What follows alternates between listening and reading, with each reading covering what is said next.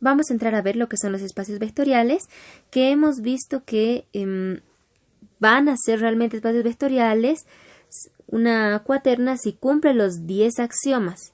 Si cumple 9, 8 o menos, pues directamente no es un espacio vectorial. Entonces, si ustedes están trabajando y verificando y ven que uno no se cumple, ya no tienen que hacer el resto, ya directamente ustedes pueden poner que no es un espacio vectorial porque no se cumple.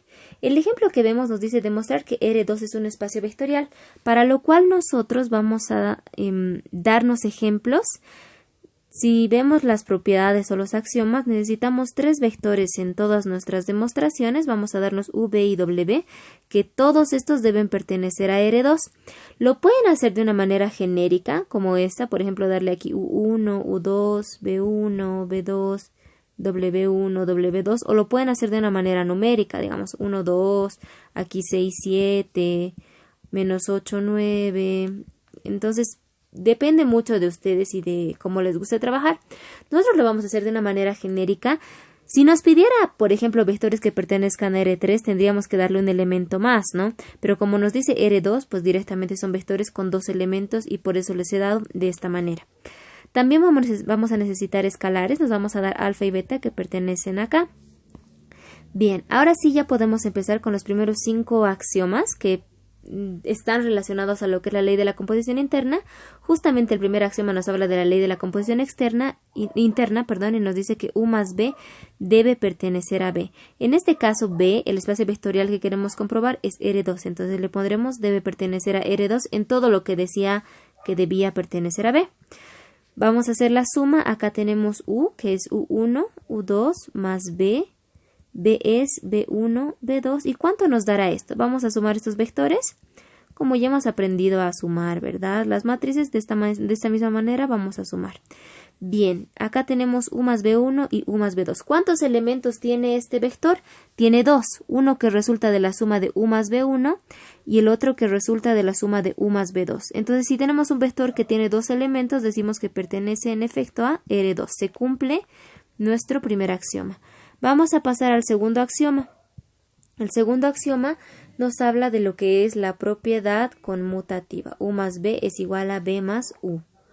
Bien, ¿eso qué nos da? Tenemos aquí U, vamos a reemplazar nuestro vector, nos dice más B, que es B1, B2, debería ser igual a B más U, B1 más B2. Este axioma, por ejemplo, es más evidenciable si ustedes se dan ejemplos con números, ¿sí? Acá tenemos U más B1, U1 más B1, acá tenemos U2 más B2, perdón. Acá tenemos B1 más U1 y B2 más U2. Seamos analíticos. A simple vista, puede que no parezcan idénticos, ¿no? Pero fíjense, ¿cuánto nos va a devolver U1 más B1? Nos va a devolver lo mismo que B1 más U1, porque son números reales. Si, por ejemplo, U1 vale 1 y B1 vale 3, ¿cuánto nos da 1 más 3? 4. Entonces, si B1 vale 3 y U1 hemos dicho que vale 1, por ejemplo, 3 más 1, ¿cuánto es 4? Nos da lo mismo. Entonces, tenemos que ser bien analíticos y ver, pues no importa que la suma esté al revés o que se haya conmutado, igual nos va a devolver los mismos valores, por tanto se cumple. Pasamos al tercer axioma, nuestro tercer axioma que nos habla de la asociativa. U más B más W, que es lo mismo que decir U más B más W. Entonces aquí tenemos que hacerlo de una manera asociativa. Aquí vamos a tener U, que es U1, U2, más B más W. Yo sé que ustedes incluso podrían hacerlo esto directamente porque no es cosa extraña o del otro mundo, pero lo vamos a hacer de esta manera, como es nuestro primer ejemplo, entonces lo vamos a trabajar a detalle. Acá tenemos más B más W, que es W1, W2. Listo, ahora tenemos entonces, ¿cuánto nos dará esto? Acá tenemos U1, U2, ¿y cuánto nos dará esta suma resultante? Acá vamos a tener B1 más W1, acá vamos a tener B2 más W2. Al otro lado, ¿qué tenemos de esta suma que nos resulta? Tenemos U1 más B1, U2 más B2, y al otro lado tenemos W1, W2. Bien, ¿cuánto nos da esta suma? Acá sumamos los elementos que están a la misma altura, tenemos U1 más B1 más W1, abajo tenemos U2 más B2 más W2, Al otro lado tenemos U1 más B1 más W1 y acá tenemos U2 más B2 más W2. ¿Son o no son idénticos? Sí, en efecto, son iguales, por tanto, continuamos resolviendo esto. Para la parte de la propiedad 4 tenemos el elemento neutro. Entonces tenemos un vector U que es U1, U2. ¿Y cuál tendría que ser nuestro elemento neutro? U1, U2. A un vector, ¿qué le tenemos que sumar? Pues le tenemos que sumar un vector. ¿Sí? Le tenemos que sumar un vector. ¿Cuánto le sumarían a U1 para que les devuelva U1? 0. ¿Cuánto le sumarían a U2 para que les devuelva U2? 0. ¿Este vector pertenece a R2? ¿Tiene dos elementos? Sí, en efecto tiene dos elementos. Pertenece a R2. El 5, si se dan cuenta, en este ejercicio parece bien simple, ¿no? Y que siempre se cumpliese, pero no es así, hay que ser muy analíticos. El 5 es el elemento opuesto.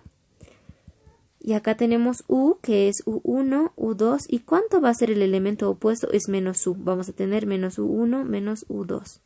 ¿Cuánto nos devuelve? U1 menos U1, ¿cuánto es 0? U2 menos U2, ¿cuánto es 0? ¿Se cumple esto? Sí, se cumple.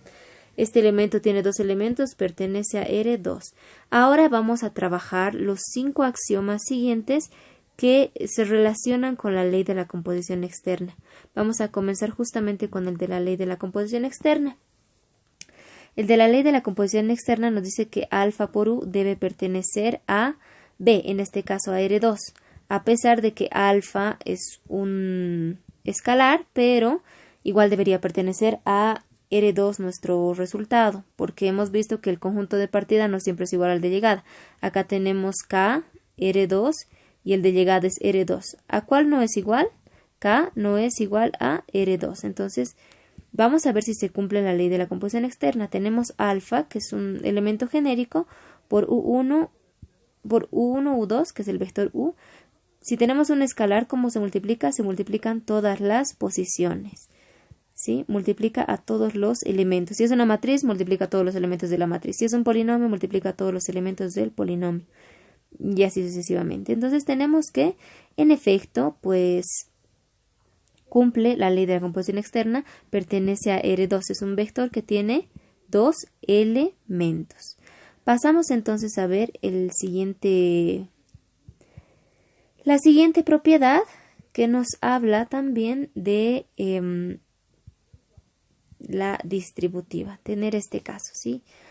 Alfa más beta por U es lo mismo que decir alfa U más beta U. Entonces tenemos acá alfa más beta por U, que es U1, U2. Para este tipo de axiomas podemos trabajarlo de esta manera. Podemos trabajarlo a ambos lados y comparar si nos da el mismo resultado. Acá tenemos U1, U2.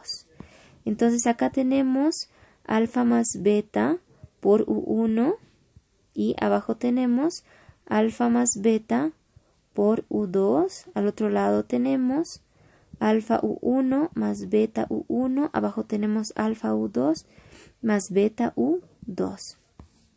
Bien, entonces con esto vamos a trabajar la propiedad distributiva que nos habla de multiplicar todos los elementos, multiplicar todos los elementos por el valor que está afuera. Vamos a tener alfa U1 más beta U1, alfa U2 más beta U2. A este lado, ¿qué tenemos? Tenemos lo mismo, lo copiamos tal cual, alfa U1 más beta U1, alfa U2 más beta U2. Finalmente no, pasamos al axioma 8. El axioma 8 nos habla de una distributiva, pero al revés, ahora tenemos suma de vectores y se distribuye al final. En ambos tenemos alfa por U más B. Lo vamos a copiar otra vez. Pero de todas maneras, en otros axiomas ya teníamos desarrollado U más B. Entonces podrían copiarlo también directamente su resultado. Bien, luego tenemos esta suma que hay que realizar, U1 más B1, U2 más B2. Acá tenemos multiplicaciones que hay que realizar, acá tenemos alfa U1, alfa U2, que es la multiplicación que tenemos a este lado, y a este lado tendremos alfa B1, alfa B2. Ahora vamos a incluir este escalar alfa que estaba afuera. Vamos a tener alfa por U1 más B1. Abajo tenemos alfa por U2 más B2. Al otro lado ya podemos sumar nuestros elementos, alfa U1, alfa B1, alfa U2, alfa B2. Y acá tenemos la multiplicación distributiva a todos los elementos. Acá tenemos alfa U1 más alfa B1, alfa U2 más alfa B2. Y a este lado copiamos tal cual lo que teníamos lo que teníamos a este lado. Entonces fíjense que son idénticos, por tanto se cumple también el axioma. Vamos a pasar al axioma 9. El axioma 9 nos habla de una propiedad distributiva, pero respecto a la multiplicación, acá tenemos alfa por beta por u, y esto debería ser igual a... no, tenemos la asociativa, no la distributiva, tenemos alfa por beta por u, debería ser lo mismo. Acá tenemos alfa por beta por u, que es el vector u1, u2, y esto es igual a alfa por beta u1, lo estoy haciendo directo, perdón, por beta por u, que es u1, u2. Si a ustedes no les gusta u1, u2, podrían reemplazar el vector por ab, pueden ponerle valores, como les digo, también funciona. Bien, ahora tenemos esta multiplicación que hay que realizar por ambos lados. Acá tenemos alfa beta u1, acá tenemos alfa beta u2. Al otro lado tenemos alfa por lo que queda aquí adentro, que sería beta u1, beta u2, si realizamos la multiplicación escalar. Esto lo copiamos tal cual. Y a este otro lado tenemos alfa beta u1, alfa beta u2. Bien, son iguales también. Nos falta la última propiedad o axioma. Si esta se cumple, es decir, si se cumplen los 10 axiomas, pues directamente podemos decir que es un espacio vectorial. Acá tenemos el último axioma, que es el elemento neutro o el escalar neutro, que nos dice que 1 por u debería darnos u. Tenemos 1 por u1, u2. Esto, si se dan cuenta, es bastante obvio en algunos casos, pero de acuerdo a las operaciones, etcétera, podría ser un factor determinante. ¿Qué tal si se descubren que los 9 axiomas anteriores son correctos, que se cumplen, pero el 10 no se cumple? Acá tenemos 1 por u1, u1, 1 por u2, u2. Entonces siempre hay que hacer hasta el final, ¿sí? U1, U2 sí se cumple. Entonces, como se cumplen los 10 axiomas, podemos decir que R2 es un espacio vectorial. Vemos ahora un ejemplo de lo que es subespacios vectoriales, el cual nos dice el ejemplo: W es el conjunto de todos los vectores R3 cuya tercera componente es 0. Verificar si es un subespacio. Hemos visto que dentro de un espacio puede haber subconjuntos a los cuales se les conoce como subespacio. Por ejemplo, en este caso, en este ejercicio que estamos viendo, este subespacio está formado por todos los elementos en R3, ¿sí? Por todos los elementos en R3, le vamos a poner genéricamente X, Y, Z, pero nos dice que la tercera componente, es decir, el tercer elemento, tiene que valer 0. Todos los vectores que al final, que el tercer elemento valga 0, pertenecen a este subespacio. Si tienen un elemento, por ejemplo, 1, 2, menos 7, no entraría. No entraría, ¿por qué? Porque no tiene 0 al final, si no tenemos menos 7. Un elemento que tenga, por ejemplo, 7, 8, 0, sí entraría porque el 0 está al final, es en la tercera componente, ¿sí? A eso se refiere. Entonces vamos a verificar. Para los subespacios, chicos, solo tenemos que comprobar 2 axiomas. El primero es el de la ley de la composición interna, que nos dice que U más B debe pertenecer a W, y el segundo nos dice el de la ley de la composición externa, de que alfa por U, si alfa pertenece a los escalares y poniendo que U y B pertenecen a W, ¿sí? Alfa por U debe pertenecer a W. Entonces vamos a comprobarlo. Solo tenemos que hacer 2 axiomas. Si estos 2 se cumplen, entonces directamente es un subespacio. Si no, no lo es. Entonces vamos a darnos otra vez vectores. En este caso pueden ser genéricos. Tenemos U1, U2 y nos dice que la tercera componente en estos vectores tiene que valer 0. ¿Sí? Acá tenemos B. Vamos a darle B1, B2 y nos dice que la tercera componente debe valer 0. Y alfa como un escalar. Entonces comenzamos para la ley de la composición interna. Sí, tenemos U más B que debe pertenecer a W. Vamos a hacer la suma. Tenemos U1, U2, 0 más B, que es B1, B2, 0. Parecen iguales, ¿no? Parecen ambos U, pero por si acaso a la U le pongo una colita al final para que no se confundan. Bien, ¿cuánto nos da esta suma? Tenemos U1 más B1 arriba. Abajo tenemos U2 más B2. Abajo tenemos 0 más 0 es 0. Ahora, la pregunta viene en este sentido. Ya no nos importa saber si pertenece a R3 o no, sino ¿se cumplirá esta condición? ¿Pertenece a W? ¿Qué tipo de vectores pertenecen a W? Nos dice el conjunto de todos los vectores R3 cuya tercera componente es 0. Entonces les pregunto, ¿la tercera componente en el resultado vale 0? Sí, vale 0. Entonces podemos decir que pertenece a W. Vamos al segundo axioma. El segundo axioma nos dice de que alfa por U debe pertenecer a W. Vamos a hacer esa multiplicación. Tenemos U1, U2, 0 y vamos a ver cuánto nos da esto. Alfa por U1, alfa U1, alfa por U2, alfa U2, alfa por 0, 0. En efecto, en este caso también la tercera componente vale 0, entonces podemos decir que pertenece a W. Si los dos axiomas se cumplen, podemos decir que W pertenece al subespacio vectorial R3. O en otras palabras, W es un subespacio vectorial de R3. Vamos a cambiar ahora el escenario de este ejercicio. Vamos a hacer otro ejercicio completamente, no le diremos distinto, vamos a hacerlo en base a este, pero vamos a cambiar una pequeña cosita. Vamos a decir que el tercer componente debe valer 1, ¿sí? Así que permítanme borrar algunos detalles acá que nos van a servir más adelante. Para ver, hemos dicho que la tercera componente ahora debe valer 1, entonces al final le vamos a poner un 1. Este es otro ejemplo, completamente distinto. El anterior hemos demostrado que cuando el tercer componente vale 0, pues pertenece al subespacio vectorial. Ahora estamos viendo un ejemplo distinto. La tercera componente debe valer 1, entonces empezamos a ver.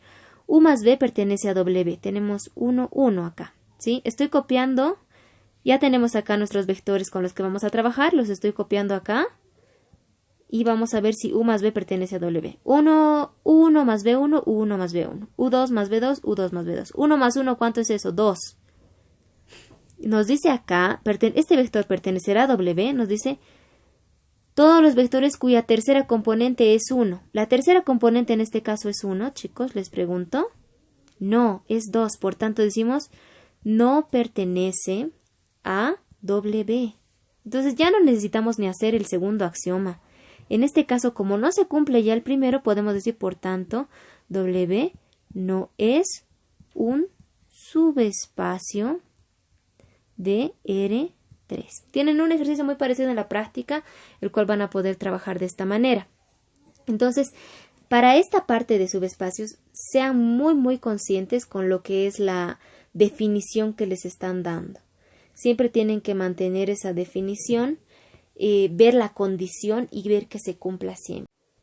Bien, cualquier duda que tengan, por favor háganmela saber sobre este tema o los que hemos visto anteriormente. No tengan miedo y pregúntenme por WhatsApp.